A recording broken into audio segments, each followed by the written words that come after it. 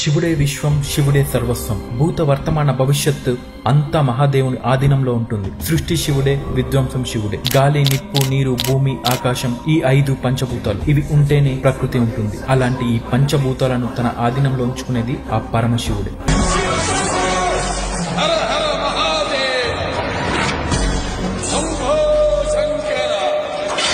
వాడు ఇంతవరకు మిమ్మల్ని కాంటాక్ట్ చేయనే లేదు. ఇదే ఫస్ట్ టైం. చూసుకోండి. నాకు తెలుసు మీరు నాతో ఉన్నారని, నా విజయం కూడా నిశ్చయమని. ఒకవేళ నేను ఓడిపోతే నీ దగ్గరికే వస్తాను. మనం ఎన్నో శివాలయాలకు వెళ్ళి ఉంటాం. శ్రీశైలం, రామేశ్వరం, కాశీ, త్రయంబకేశ్వరం, భీమలింగేశ్వరం, ఓంకారేశ్వర, ఇవన్నీ కూడా జ్యోతిర్లింగాలు. కానీ శ్రీకాకుళం జిల్లాకి 48 కిలోమీటర్ల దూరంలో జనుమూరు మండలం ముక్కలింగ గ్రామంలో శ్రీ ముక్కలింగేశ్వర స్వామి వారు స్వయంభు. ఈ లింగాన్ని ఎవరు ప్రతిష్ఠించే లింగం కాదు. దక్షిణ కాశీగా ఎంతో ప్రసిద్ధి చెందింది. అంతేకాదు శివుని యొక్క దేవాలయాల్లో ఎంతో ప్రసిద్ధి చెందిన దేవాలయంగా దీనికి పేరుంది. ఈ ఆలయంలో గర్భాలయం కాక అష్టదిక్పాలకులచే 8 వైపులా 8 లింగాలు ప్రతిష్ఠించబడ్డాయి. ఈ దేవాలయంలోని శివలింగాన్ని ఏ దిశ నుండి చూసినా మన వైపే చూసినట్టు ఉంటుందని ప్రసిద్ధి. ఈ ఆలయానికి భీమేశ్వర స్వామి, సోమేశ్వర స్వామి అనే 2 ఉపాలయాలు ఉన్నాయి. ఈ ఆలయం యొక్క గొప్పతనం, ప్రఖ్యాతిని మీకు తెలియజేయాలనే నా చిరు ప్రయత్నం. తప్పులు ఏమైనా దొర్లుంటే మన్నించండి. ఇక్కడ మరొక ప్రత్యేకత ఏమిటంటే ఏ ఆలయంలోనైనా ఒకటే నంది ఉంటుంది. కానీ ఈ ఆలయంలో 2 నందులు ఉంటాయి. ఒకటి చోళ నంది, రెండవది తెలుగు నంది. రెండింటి మధ్య తేడా చెక్కడంలో ఉంటుంది. ఒక నంది ప్రథమ ద్వారం ఎదురుగా ఉంటుంది, రెండవది గర్భగుడిలో ఉంటుంది. ఇక్కడ మరొక విశేషం ఏమిటంటే కాశీ నివాసం, గంగా స్నానం, శ్రీశైల శిఖర దర్శనం, శ్రీ ముఖలింగేశ్వర ముఖ దర్శనం చేస్తే పునర్జన్మ లేని మోక్షం కలుగుతుందని స్కంద పురాణంలో 14వ అధ్యాయంలో చెప్పడం జరిగింది. ఈ ఆలయ స్థల పురాణం ఏమిటంటే పూర్వమంతా ఈ ప్రదేశంలో అడవి ఉండేది. ఈ అడవికి గోవిందారణ్యం అని పేరు. ద్వాపర యుగంలో వామదేవ మహర్షి లోక కళ్యాణార్థమై నారాయణ అనే వైష్ణవ యాగం చేయడానికి సంకల్పిస్తాడు. దానికోసం సర్వ దేవతలకు పిలుపునివ్వగా గంధర్వులు అనే దేవదూతలు మార్గ మధ్యలో నగ్న దేహాలైన శబరి కన్యలను చూసి కామాంధులై యాగాన్ని మర్చిపోయారు. వామదేవ మహర్షి వీళ్ళ కోసం ఎదురు చూసి వీళ్ళు ఇంకా రావటం లేదు ఎందుకు అని దివ్య దృష్టితో చూస్తాడు. అప్పుడు ఆయనకు గంధర్వ దేవతలు కోయకన్యలతో ఉండటం కనిపిస్తుంది. అందుకుగాను వామదేవ మహర్షి గంధర్వులపై కోపగించి మీరు భూమి యందు శబరులుగా మారిపోవుగాక అని చెప్పిస్తాడు. అప్పుడు గంధర్వులు పరుగున వామదేవ మహర్షి దగ్గరకు వచ్చి తప్పైపోయింది మన్నించమని కోరుతారు. కలియుగంలో పరమేశ్వరుడు వంశధార నదీ ప్రాంతం విప్ప చెట్టు యందు ఆవు ముఖం దాల్చి ఉద్భవించును. ఆ స్వామి దర్శన భాగ్యం వలన మీకు శాప విముక్తి కలుగునని వామదేవ మహర్షి శాప వియోచనం వాళ్ళకి తెలియజేశాను. అప్పటి వరకు నా శాపానికి తిరుగులేదని వామ మహర్షి వెళ్లిపోయారు. గంధర్వులు పోయేవాళ్ళుగా మారి ఇక్కడే ఉండిపోయారు. పోయేవారికి చిత్కసేనుడు నాయకుడిగా ఉండేవాడు. ఆయన పెరట్లోని విప్ప చెట్టు నుండి ఇప్పుడు మనం పూజిస్తున్న లింగం ఉద్భవించింది.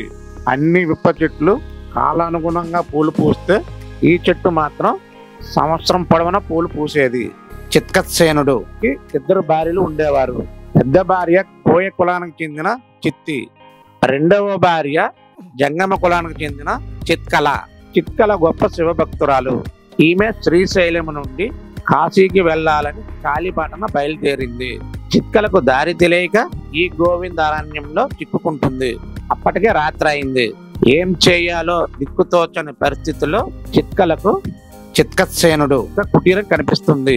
అక్కడికి వెళ్లి చిత్కసేనుడు ఈ అడవిలో దారి తెలియక ఒంటరిగా చిక్కుకున్నాను. ఇప్పటికే చీకట పడింది కనుక నాకు ఈ రాత్రికి ఇక్కడ ఉండడానికి చోటు కల్పిస్తే ఉదయాన్నే మళ్ళీ నా కాశీ యాత్ర ప్రారంభిస్తాను అని చెప్పగా చిత్కసేనుడు ఒప్పుకొని తన దగ్గర ఉన్న తినుబండారాలను ఆమెకి ఇచ్చెను. వాటిని తిని పడుకుంటుంది. చిత్కలకు అర్ధరాత్రి సమయంలో శివుడు కలలో కనిపించి నువ్వు కాశీకి వెళ్లే మార్గాన్ని నేనే తప్పించాను. నువ్వు చేరవలసిన చోటుకే చేరావు. నువ్వు ఇక్కడ ఉన్న రాజును పెళ్లి చేసుకుని ఆయన పెరట్లో ఉన్న విప్ప చెట్టును పూజించు. నేను కొన్నాళ్ళలో ఇక్కడ స్వయంభూగా ఆవు ముఖం ముఖంతో ఉద్భవిస్తాను.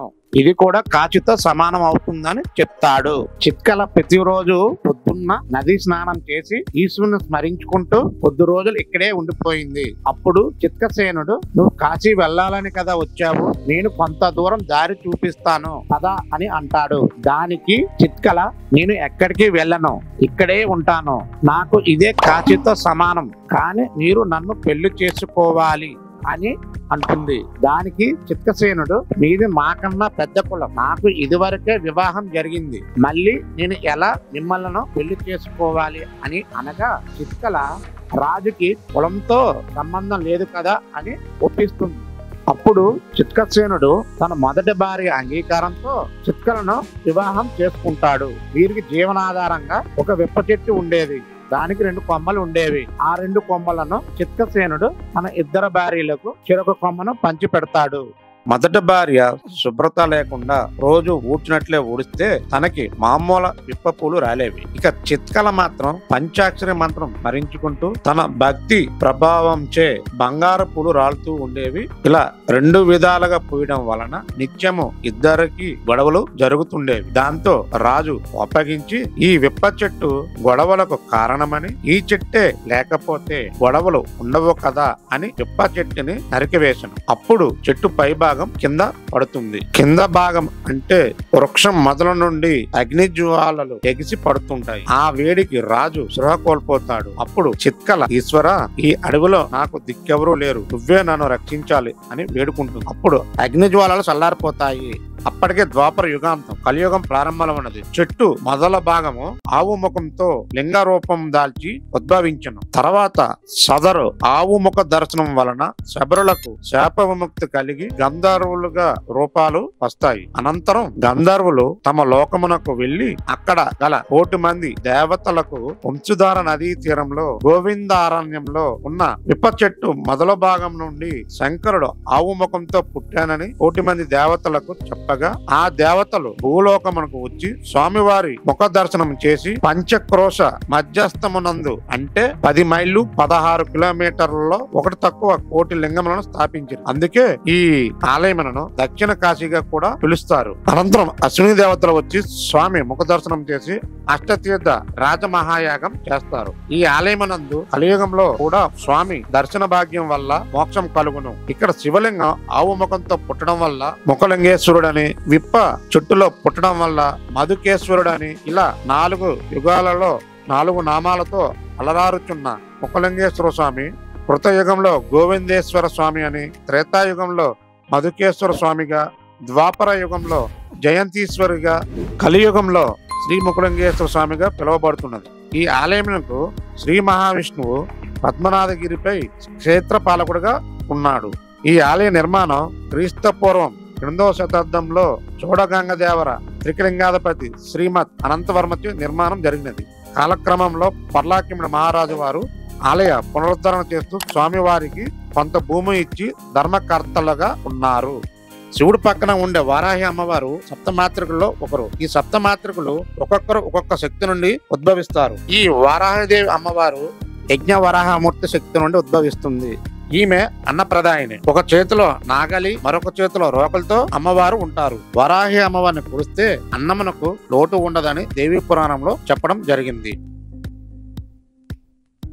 ఈ ఆలయం యొక్క విశిష్టత ఏమిటంటే, మనం కోరుకునే కోరికలు సంవత్సరంలో నెరవేరుతాయని ఇక్కడికి వచ్చే భక్తులు ప్రగాఢంగా విశ్వసిస్తారు. దానికి కూడా ఒక కారణం ఉంది. ఈ ఊర్లో ఒక కుమ్మరవాడు ఉండేవాడు. ఆయన పేరు నాగన్న. నాగన్నకు 60 సంవత్సరాలైన సంతానం లేదు. ఒక రోజు నాగన్న ఈశ్వరునికి వేడుకుంటాడు, నాకు సంతానం కలిగితే నీకు 2 మట్టి తొట్టులను సమర్పిస్తానని మొక్కుకుంటాడు. అలా మొక్కిన తర్వాత నాగన్నకు సంతానం కలుగుతుంది. అప్పుడు నాగన్న పాలు పంచామృతాలు పోసి 2 పెద్ద పెద్ద మట్టి తొట్టులను తయారు చేస్తాడు. ఆయన భార్య ప్రసవిస్తుంది. 21వ రోజు నాడు పిల్లవాడిని మట్టి తొట్టులను తీసుకుని నాగన్న ఆలయానికి వస్తాడు. అన్ని ద్వారాలు దాటుకొని గర్భగుడి ద్వారం దగ్గరకు వచ్చేసరికి ద్వారం చిన్నగా మట్టి తొట్టె పెద్దగా ఉండడంతో బలవంతంగా లోపలికి నెట్టడంతో ఒక తొట్టె విరిగిపోతుంది. అప్పుడు నాగన్న, నాకు 60 సంవత్సరాలకు సంతానం ఇచ్చావు, నీకు నేను ఇచ్చే ఈ మట్టి తొట్టెలు నీవు తీసుకోనప్పుడు నాకు ఈ సంతానం వద్దు అని 2వ తొట్టులో పిల్లవాడిని పెట్టి అక్కడే వదిలేసి వెళ్తాడు. ఆయన మూల భక్తికి శివుడు మెచ్చుకొని అర్ధరాత్రి సమయంలో మట్టి తొట్టెను శివుడు తన వెనకాల చేర్చుకుంటాడు. తెల్లవారుజామున అర్చకులు వచ్చేసరికి తొట్టె స్వామివారి వెనకాల ఉండటం చూసి ఆశ్చర్యపోతారు. ఈ విషయం నాగన్నకు చెప్పటంతో నాగన్న వచ్చి పాలు పంచామృతాలు అభిషేకం చేస్తాడు. సంతానం లేని వాళ్ళు ఇక్కడికి వచ్చి మొక్కుకుంటే తప్పకుండా సంతానం కలుగుతుందని భక్తులు బలంగా నమ్ముతారు. మన పూర్వీకులు ఎంత మేధావులో ఈ ఆలయం యొక్క నిర్మాణం చేస్తే అర్థమవుతుంది. ఇక్కడ శిల్పకళ నైపుణ్యం చాలా గొప్పది. ఒక్కొక్క శిల్పానికి ఒక్కొక్క అర్థం, ఒక్కొక్క కథ ఉంటుంది.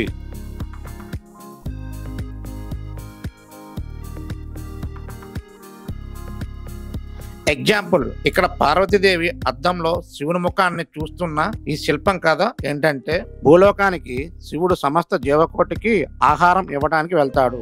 ఇంతలో కాశీలో కుంభమేళ జరుగుతుంది. దేవతలందరూ వెళ్తుంటారు. అప్పుడు పార్వతీదేవి వాళ్ళతో ఎక్కడికి వెళ్తున్నారని అడుగుతుంది. దేవతలు కుంభమేళకు వెళ్తున్నామని చెప్పటంతో పార్వతీదేవి నేను కూడా వస్తానని తన చెలికత్తెలతో బయలుదేరుతుంది. మార్గ మధ్యలో వీరికి శివుడు దర్శనమిస్తాడు. అప్పుడు శివుడు పార్వతీదేవిని ఎక్కడికి వెళ్తున్నావు అని అడుగుతాడు. దానికి పార్వతీదేవి కుంభమేళకు వెళ్తున్నానని చెప్తుంది. దానికి శివుడు, అక్కడా ఉన్నది నేనే, ఇక్కడా ఉన్నది నేనే, పద పద, చాలు చాలు అని వెనక్కి తీసుకొస్తాడు.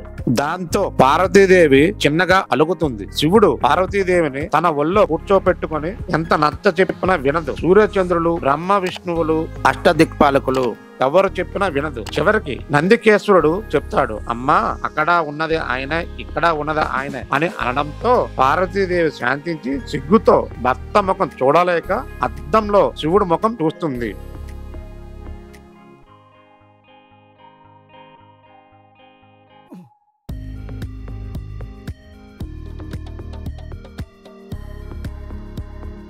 పద్మనాభగిరి కొండపై నుండి వ్యూ అదిరిపోతుంది.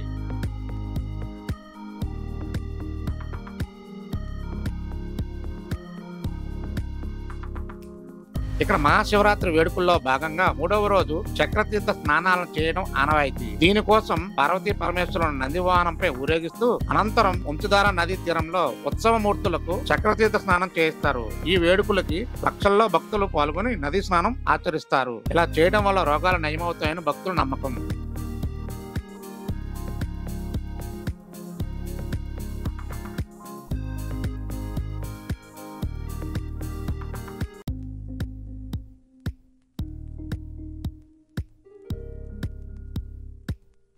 ఓకే ఫ్రెండ్స్, వీడియో చూశారు కదా, ఎలా అనిపించిందో కింద కామెంట్ చేయండి. వీడియో నచ్చినట్లయితే గట్టిగా లైక్ చేయండి. మరిన్ని వీడియోస్ కోసం ఇప్పుడే మన ఛానల్ సబ్స్క్రైబ్ చేయండి.